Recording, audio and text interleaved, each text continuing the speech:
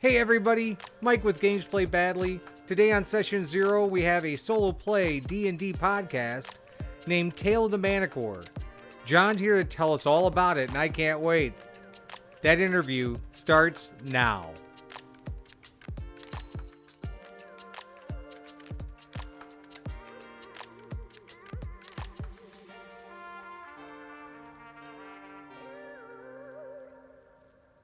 Hey, I'm curious to know more about your YouTube channel. So I've checked out a bunch of your episodes, and especially the Session Zero stuff.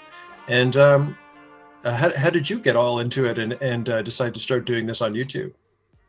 Well, I mean, I originally started, this all kind of happened during the pandemic. I started painting miniatures. And as I kind of learned stuff on my own, I felt like maybe people would benefit from watching kind of a very novice painter learn all of this stuff.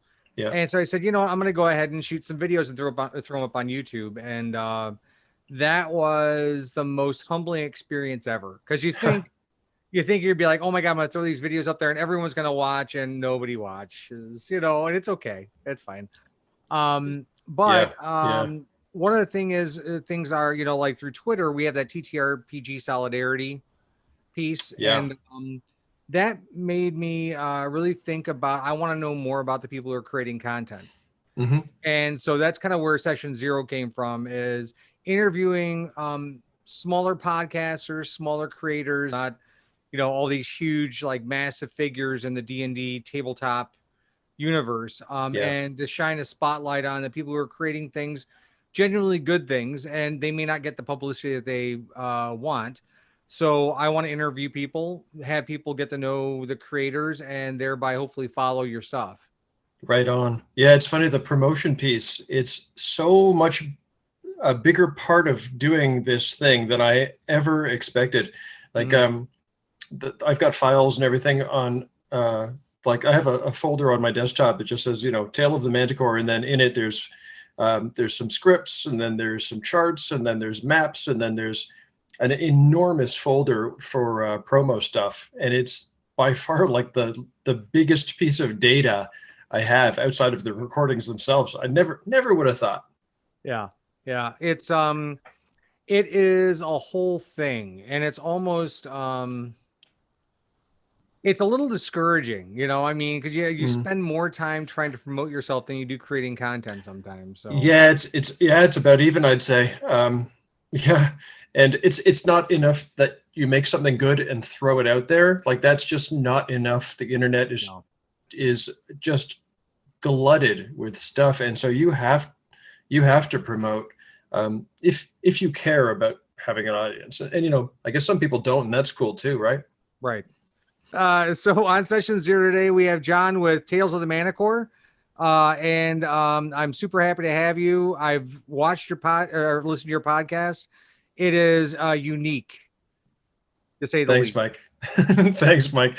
I've been watching your stuff too, and also a big fan. And thanks for having me on. Absolutely. So from that standpoint, why don't you tell me a little bit more about yourself? Okay. So you can tell by looking at me that I'm not part of the new school of gaming.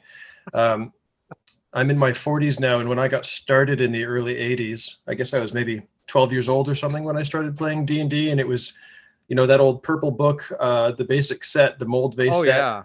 And it was crack to my young mind, and I was absolutely hooked, and played it every chance I could get as a kid. And then into my teenage years, it got much tougher because there was that stigma in the 80s, that satanic panic thing. Oh yeah. That I know people talk about it now, but if you weren't there, you can't really appreciate how strong that stigma was.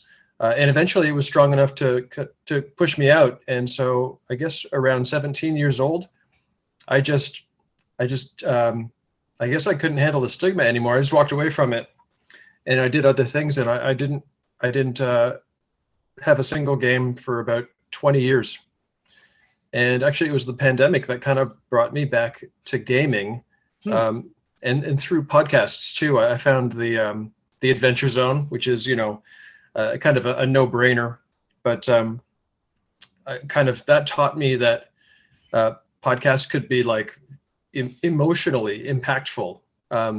Obviously, they do this very sort of silly comedy thing, but and it's amazingly good. But they also managed to hit some like very deep emotional moments in that show, and it kind of opened my eyes. Like, wow, this is in an audio format. I didn't think this was possible. And then I discovered, just by stumbling across it, the Iron Realm podcast by Abel Enzo, and it's basically it's a solo game of a guy doing OSR stuff, and it's just a dungeon crawl, and it was like a pipeline from my 40-year-old self to my 12-year-old self, and I absolutely loved it. And every day I would commute to work. I'm a high school teacher. I would commute to work, listen to an episode, and commute back to work from work, listen to an episode. The best part of my day, and best 2 parts of my day. And as I kind of reached the end of what was available, I think at the time there were maybe 60 episodes, and I was gobbling them up, couldn't get enough. When I started kind of coming to the end of that, and this is about this time last year, right when the pandemic was just becoming like, oh, this is serious. Then I started thinking, boy, I wonder if I could do this. I wonder if I could do this. And then I started thinking about all the reasons that I could and should, and everything kind of fell into place. I have a background in music. I have a little recording studio in my place, have some nice microphones. There were no reasons for me not to do this. And then when the pandemic came, that was it. There was so much time and so little to do. I thought, well, this is clearly what I'm going to be doing for the next little while. And so actually the pandemic gave me the time and that big push, I guess, to make me start this weird project. And it is a weird project. I agree with you. It's a really weird idea.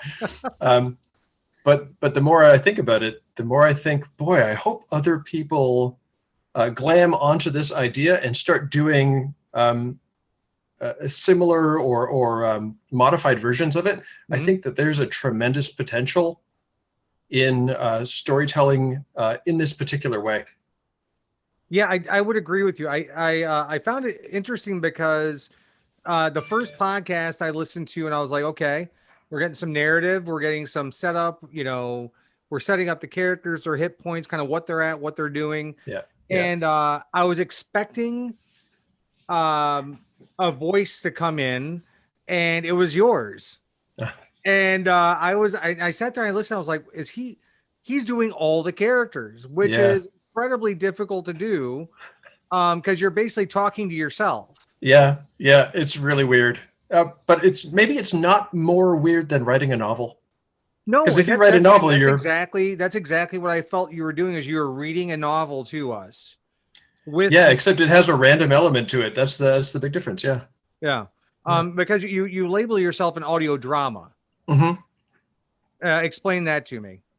I guess it was the most appropriate of the options available on the drag down menu.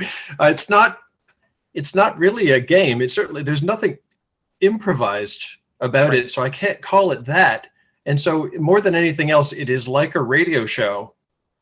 But there is a difference in that the script is developed procedurally, I guess is the right word, right? I don't write the story and then read the story to you. That would just be an audiobook or an audio drama. The difference here is that I don't know what's going to happen next in the story. And so as I'm working on a script, whenever I come to any kind of game element, it could be a combat, or it could be a skill check or a saving throw, whatever, then I pull out dice and I find out what happens, and then I just write according to what those dice tell me has happened, and I just interpret that, and that's where the story goes. So it's weird. It's like it's like writing a novel, but you don't know how it's going to end. I suppose a lot of people do that, but that's not always a plus. Well, it's also not, it's not normally determined by a dice roll. I'm sure Right. like Stephen King doesn't go, let me roll a 20 sided. Okay, this guy dies now, so so that's actually very unique. It's almost like a Yeah. choose your own adventure, except you're making all the choices. Yeah, it's really hard. Whenever I come to try and explaining what it is, I always kind of screw it up, and I always feel like, I didn't explain it right. I guess the best I could say is that it's like 60% novel and 40% game. Mhm. And then somewhere where those 2 points meet, this is where this is happening. It's like it's fiction, but it's divorced from all of the rules of writing. Like, you don't have to have, like, there's no arc, there's no plot armor. Like, the characters can and do die. Mhm. And I don't know. That's the other part of it. That's kind of cool. Because I think you have 26 of them up right now, something like that. Yeah, it's I think I just put up 28, and including the episode 0. That's, it's coming close to 30 episodes in one. It's coming close to not quite a year. I guess it'll be a year in April. Yeah, I think it was like April was your first episode. And Yeah. then, I think it was at episode 10, right after episode 10, you had like an episode 10 recap. Mm-hmm. So that way people could catch up if they hadn't listened to which I think is very smart, by the way. Oh, thanks. I kind of came up to this realization that if I get 10 episodes, 20, 30, 40, 50, 60 episodes in, there might come a point where people find my podcast and they're like, oh, I don't really want to start this thing.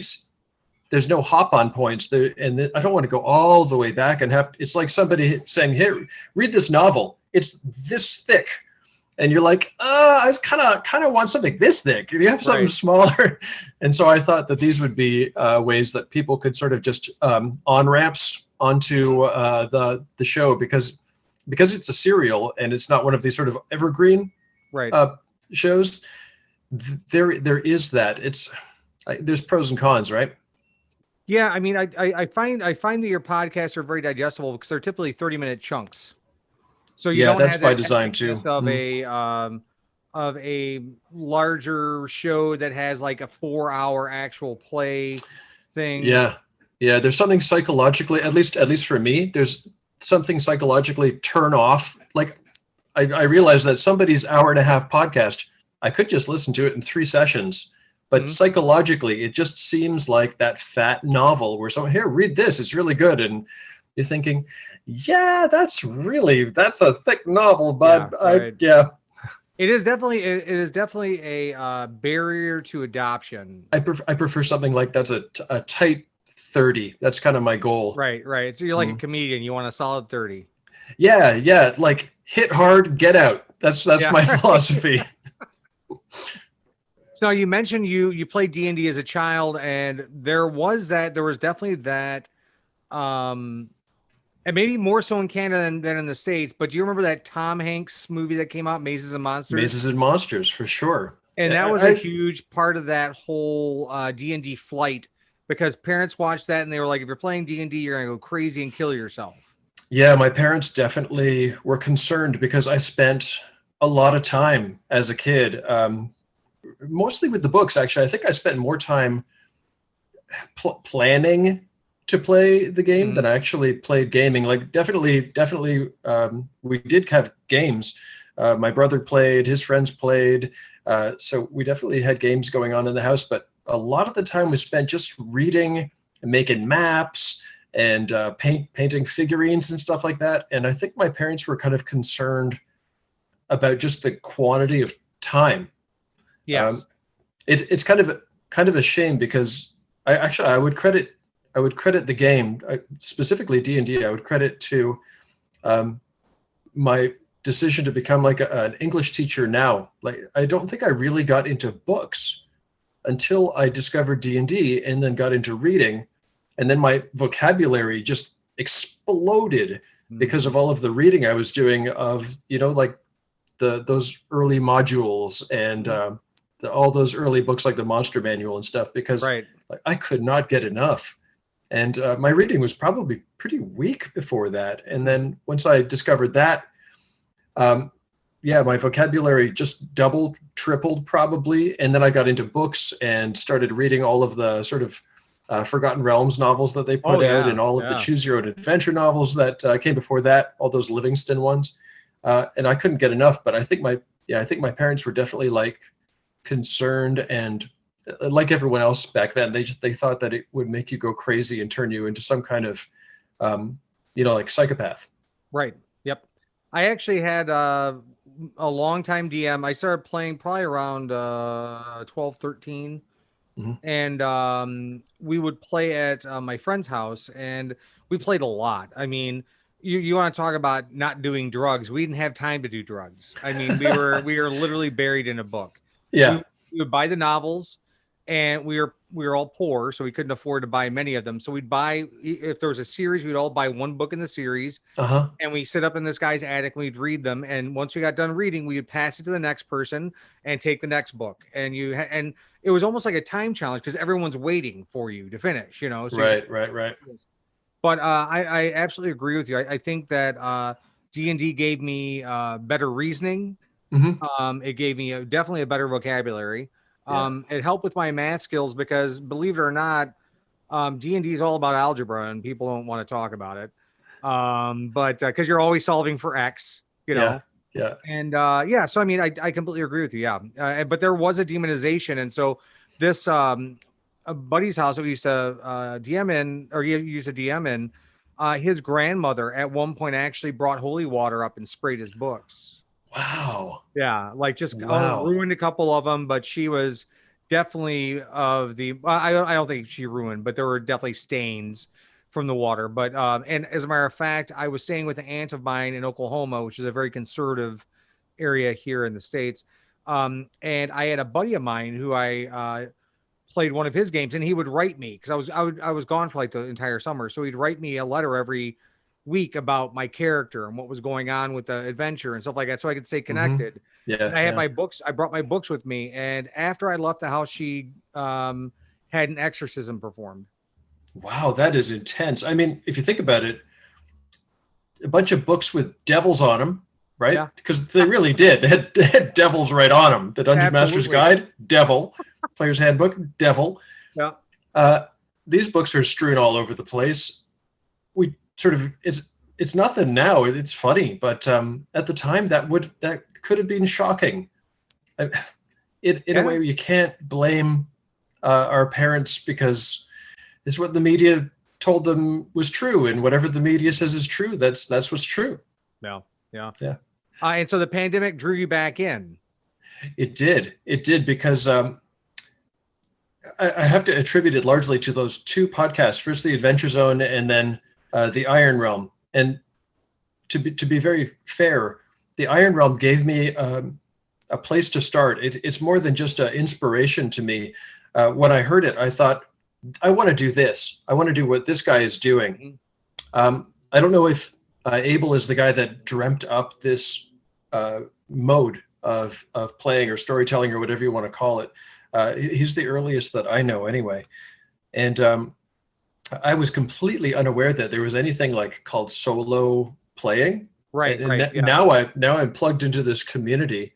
But even when I was making the show, I didn't consider myself as a solo gamer, even though that's exactly what I was. But I just, I don't know, I would never have thought like, oh yeah, I'm interested in solo gaming.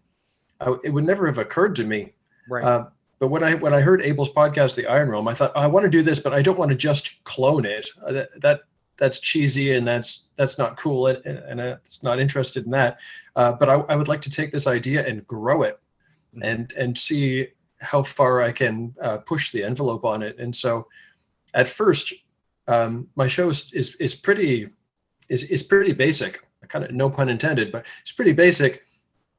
And I'm not doing too much with the narrative, but I guess somewhere around episodes 5 or 6, I start to take a few risks and start to use things like flashbacks and POV shifts, so that I go completely away from the PCs and go from Back like in the the POV narrative. of So I'll use like the antagonist's POV, which you can't do in a D&D game. well, I guess you could do anything, but I've never seen it done. It would be weird to just park all the players and now we're going to do this for a while. And so I started to think like, well, there's definitely limitations in doing it as a solo player, but then also there are these advantages.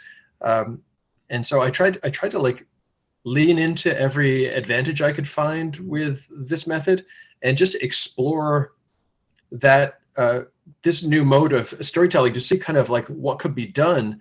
And I'm still trying new things. Actually, right now I've got some people that I've asked to actually co-write a section, so I don't even know what they're gonna do. Oh, that'll be fun. Yeah, I think I'll probably kind of keep veto power over it. Like if it comes back and everybody's dead, well, no, probably we won't do that. I set them some guidelines. I was like, this is kind of roughly what should happen. Be gentle, and I'd love to see what you can do. And so, yeah, it's like a new experiment to just hand off my baby to somebody, see what they do, and then take it back, and they get to write, 3-4 minutes of the show. I'm sorry, I just can't get over the vision of them handing you back and all your characters have died. It's like giving somebody your dog and they hand you a corpse at the end of it. Like, that's just not the way you want to go. Can you watch my dog while I'm on vacation? Yeah, sure, no problem. I watched him. I watched him die. I didn't feed him. I didn't feed him. Oh God. Oh, okay. That vision is just—it's like you hand them flowers, they hand you back a steaming pile of shit. It's like, here you go. This is what you got to work with. I'm sorry. Oh boy. Okay. Oh, sorry. Playing D&D, your imagination tends to be pretty active, and when stuff like that gets into my head, I just can't let it go. So now, outside of doing what you're doing now, so you're doing your solo play podcast, are you actually playing in any adventures right now, or is it just, are you playing with anyone else at the moment?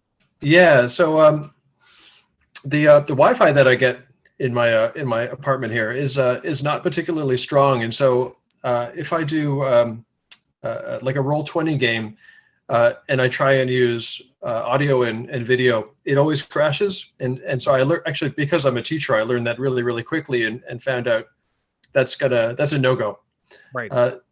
And so I thought, well, I'll just wait for the pandemic to end, and then I'll find a live game, and I'm really going to do it. I'm really going to come back to the table. But then the pandemic didn't end, and I was waiting and waiting. And so last summer, I joined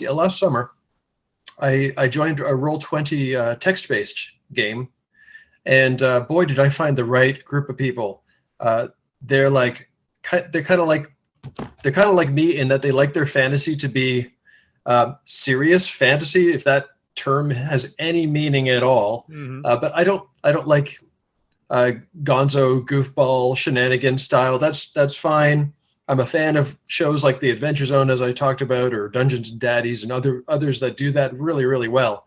But when I'm playing a game, and then for my own show, I actually prefer a Game of Thrones, I guess, grimdark, or I like a dark, serious, low fantasy setting. And so I found this group that does that, and we're playing it's like old school Essentials. It's not exactly that. It's like a bit of a homebrew on that.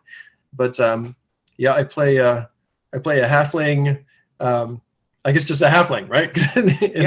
in the basic set, a halfling is just a halfling, and so I play a halfling, and by a miracle, because this game has got a very high mortality rate. Is it mortality or fatality? I was never really clear on that. Fatality rate's probably mortality is if it just kind of happens. Fatality is if somebody's trying to kill you. So. Oh, okay. The fatality, I guess, is probably more appropriate. This game has got a very high fatality rate, and through just dumb luck, really mostly dumb luck. This is the first character I've had in the game, so still plugging along and still surviving. But yeah, that's it's like a 4-hour game we do every Saturday, and nice. Tons of fun. Good. And total strangers. I have no idea who the other players are. We don't talk out of character, and we don't talk about our sort of in real life business at all. Oh, that's wonderful. Yeah, it's very really freeing, like isn't it? it's kind of cool because I don't know where they are. I don't know how old they are. I don't know what gender they are. I know nothing. Yeah, that's awesome. So it sounds like you found a good one. Yeah, I really did. I really did. It's the second group I found. The first group kind of, I was kind of actually almost turned off and thought, oh, this is not for me. I'm going to give it one more shot. And then I found these guys and I was like, oh yeah, this is it. This is perfect. Good. Excellent. Yeah. How about you? Do you have a game going, or is it, are you stuck with Roll20? Yeah, I run an adventure. I actually just ran my adventure last night. Mm-hmm. And then somebody who's in my adventure runs his own game as well. So we kind of swap back and forth. Right. And we play normally every 2 weeks is probably a good average.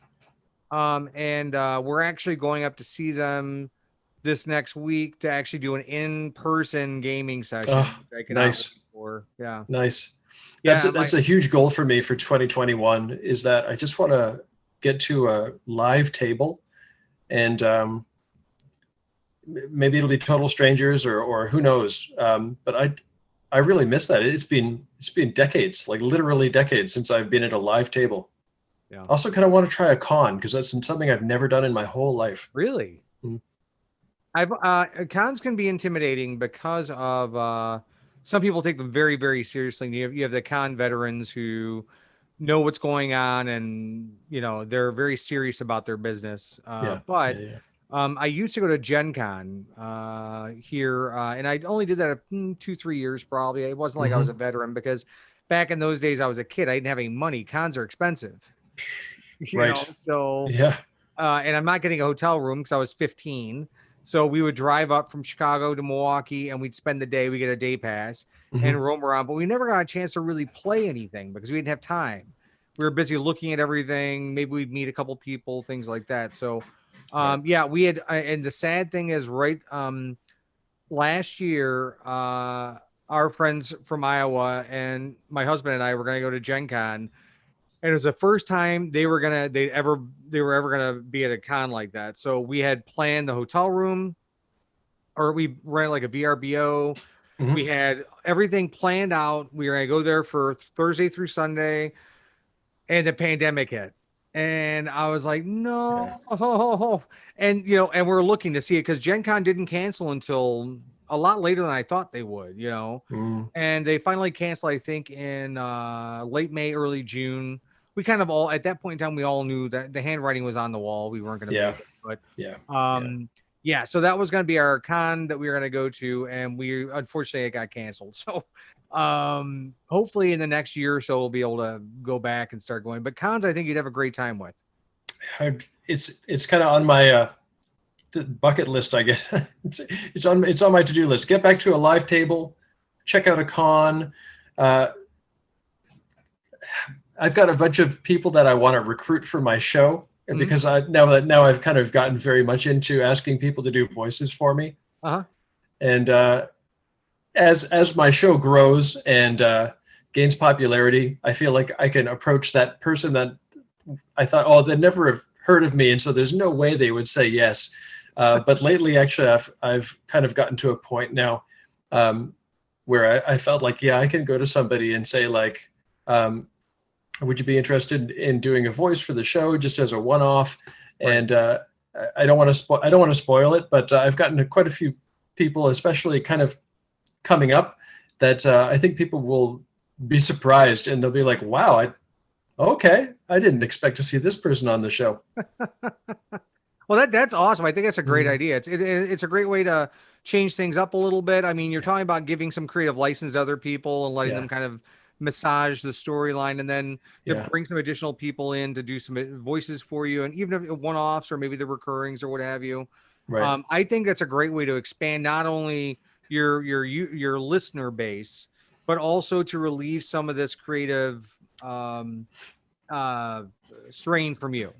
That's right. Yeah, I realized kind of pretty early on, maybe by episode 4 or 5, like, I don't know how many voices I have like inside me. Not a lot. I'm not a voice actor.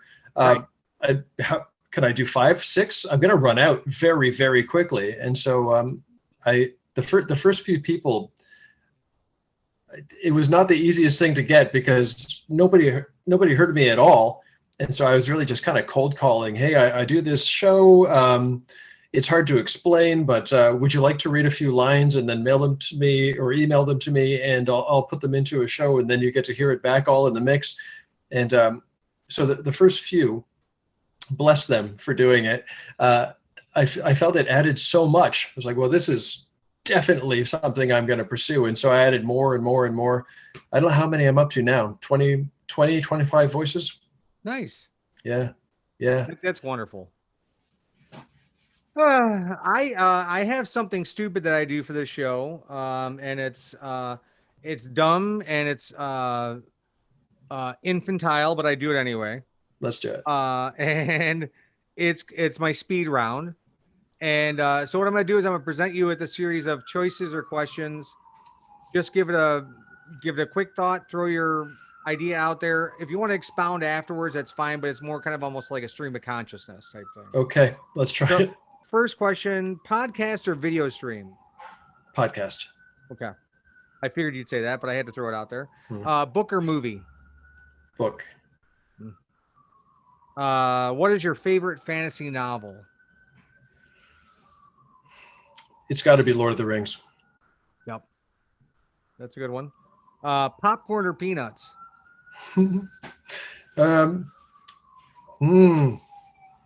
Popcorn. Normally when I ask those kinds of questions, people are like, I have a horrible food allergy. And I'm like, well, I got to throw that one out. Or I ask people whiskey or beer. And they're like, I don't drink. Thank God. Well, both. Yeah. But if I must choose. But it just seems whatever question I answer or ask, their answer is, I have a food allergy. I don't. And I'm just like, okay, moving on. And spring or fall? Oh, spring. Yep. Well, that's my speed round. See, that was quick, right? Lives up to its name. It's not that it happens quickly. It's just that it's very short. Absolutely. This is true. That's what I said about my sex life. And we're both on speed. Yeah, absolutely. Well, John, I loved having you on. I am enjoying your podcast. I'm going to continue to chew through them. Again, I think it's very unique. And now that you're talking about all the additional stuff that you're adding to it, I think that's going to broaden your listenership, and it's going to make it. There's going to be another layer on top of what you're already doing, which I think is fantastic. Hey, and thank you very much for having me on the show. Give me a little chance to talk about what I do, and I really enjoy what you're doing. I hope you keep on going, and I'm really curious to see what other creators you're going to have on your show next. I appreciate that. Yeah, I'm trying to get a diverse crew together of various creators. I have a publisher that I'm interviewing on Monday. I have a game developer I'm interviewing on Tuesday. And then I have somebody else who I'm interviewing later today, which is kind of just a member of the ttrpg Solidarity stuff. So there's some cool stuff there too. Very cool. Very cool. So John, thank you for being with us. And I hope your podcast explodes. And I wish you the best. Thank you, Mike. Mm-hmm.